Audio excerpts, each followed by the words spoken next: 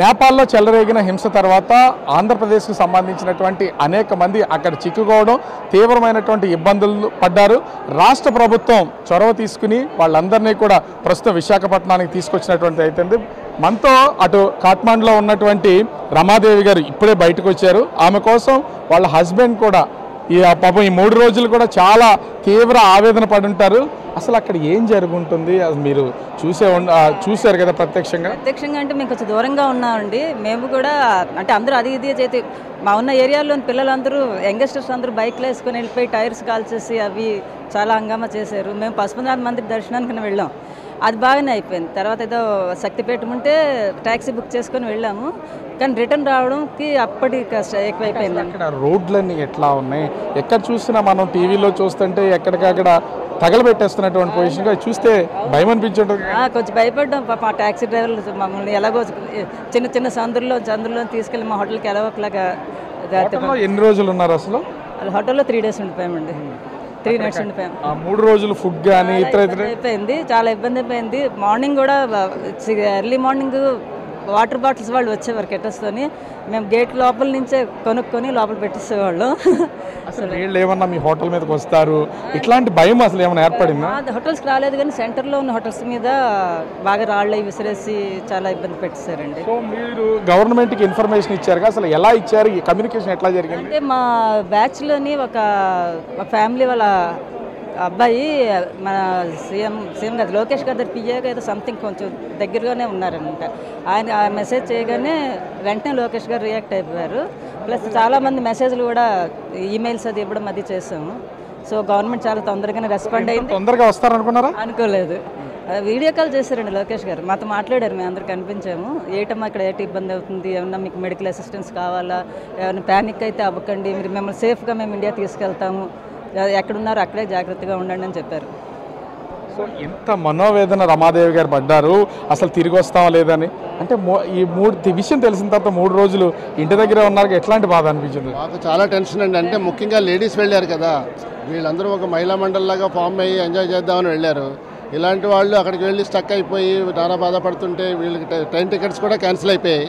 ఇప్పుడు వీళ్ళు ఎలా వస్తారు, ఇంతమంది ఏం మేనేజ్ చేస్తారు, అక్కడ భోజనాలు ఏంటి, వీళ్ళు వెళ్ళిన రిసోర్సెస్ కూడా అయిపోయి ఉంటాయి కదా. మేమైతే మాత్రం చాలా వరి అయ్యాను.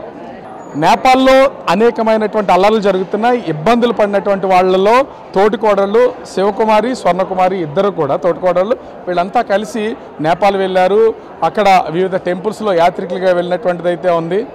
ఇక్కడ విశాఖపట్నం చేరుకునేసరికి వీళ్ళ ముఖాల్లో కొంత ఆనందం కనపడుతుంది. Family members వెనకున్నారు.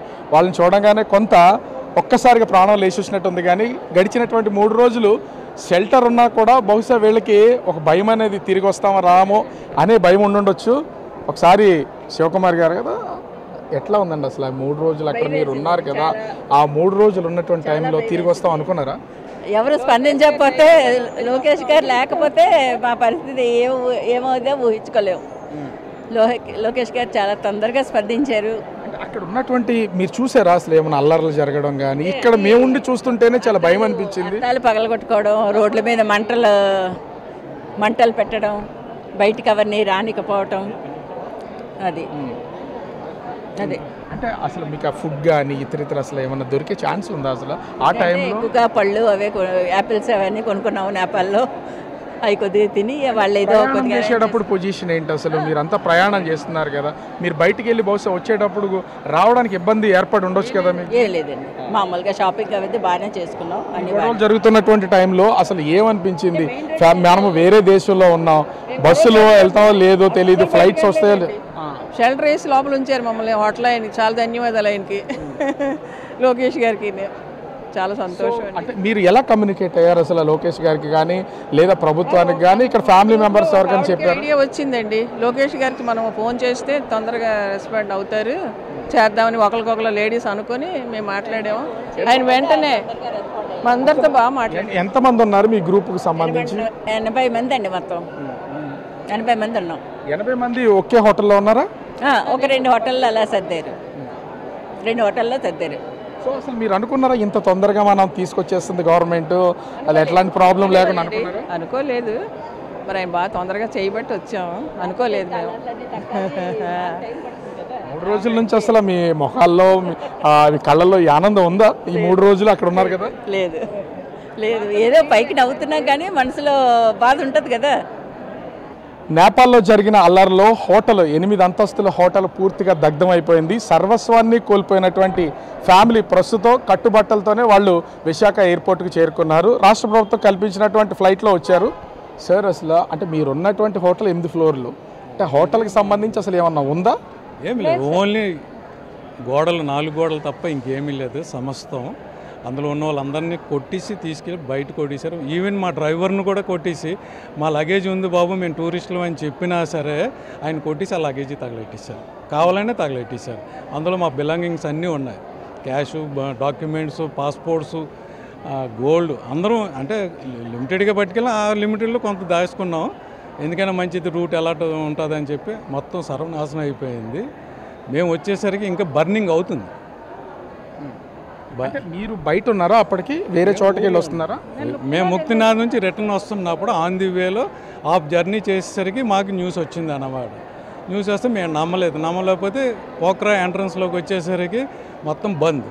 మా డ్రైవర్ నేపాలీ కాబట్టి ఆయనకి తెలుసు ఆ పోఖ్రా సిటీ అంతా అని సందుల్లో తీసుకొచ్చి ఒక్క సందు దగ్గర మమ్మల్ని మీరు ఈ మూలకు ఉండండి, ఏం భయపడకండి, ఏదో నేను కాపాడుతానని చెప్పేసి అన్నాను. కానీ కాట్మాండ్కి పోఖ్రాకి దాదాపుగా 5-6 గంటల సమయం పడుతుంది కదా జర్నీ. మీరు పోఖ్రాలో ఉండిపోయారా? దాడులు పోఖ్రాలో కూడా జరుగుతున్నాయి? పోఖ్రాలో ఎక్కువ, పోఖ్రాలో కాట్మండ్ అంతా జరగలే. పోఖ్రాలో జరిగిన దాడి అంతా మినిస్టర్స్ ప్రాపర్టీస్, గవర్నమెంట్ ప్రాపర్టీస్ మీద వాళ్ళు దాడి చేశారు.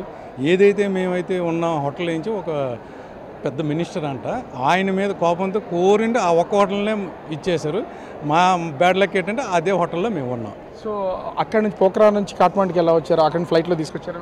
ప్రత్యేకించి మన గవర్నమెంట్ నుంచి నిన్న మేము మాట్లాడితే అఫీషియల్స్ నుంచి మీకు స్పెషల్ చార్టర్ ఫ్లైట్ మీ 10 మంది గురించి, ఎందుకంటే మేము 10 మందే ఉన్నాం పోఖ్రాలో టూరిస్టులు. అంటే కొంతమంది ఉన్నారు కానీ వాళ్ళు రానంటే మాకు ఏర్పాటు చేశారు. ఆ 10 మందికి Pokhara to Kathmandu chartered flight ఏర్పాటు చేశారు. అది మీరు వచ్చి చూసేసరికి మీ హోటల్, మీ రూమ్, ఆ రూమ్ దగ్గరికి అసలు ఏమైనా వెళ్ళారా మీరు? సార్ మేము వెళ్ళాము సార్, మేము వెళ్ళాము. మొత్తం అంతా పైనుంచి కింద వరకు పైన గ్యాస్ బర్న్ అవుతున్నా కూడా సార్ ఏమైనా ఒక్క సూట్ కేసు అయినా దొరుకుతుందేమో అన్న లెక్కన వెళ్ళాము. మేము వెళ్ళేసరికి ఏమీ లేదు సార్. రాత్రి మేము వెళ్ళేసరికి కొంచెం కాలుతున్న బట్టలు ఉన్నాయి, అందులో మా వాళ్ళ తాలకు ఒక 2 డ్రెస్సులు తీసుకొచ్చాం. మార్నింగ్ వెళ్ళేసరికి మొత్తం బర్న్. అసలు ఈ సంఘటన చూస్తే తిరిగి అసలు వస్తాం మనం అన్న అనుకున్నారా? లేదు సార్, మేము అసలు అనుకోలేదు. మా వాళ్ళందరూ ప్రార్థన వల్ల మేము బయటకు వచ్చాం సార్. నిజంగా ఇది మడుగు.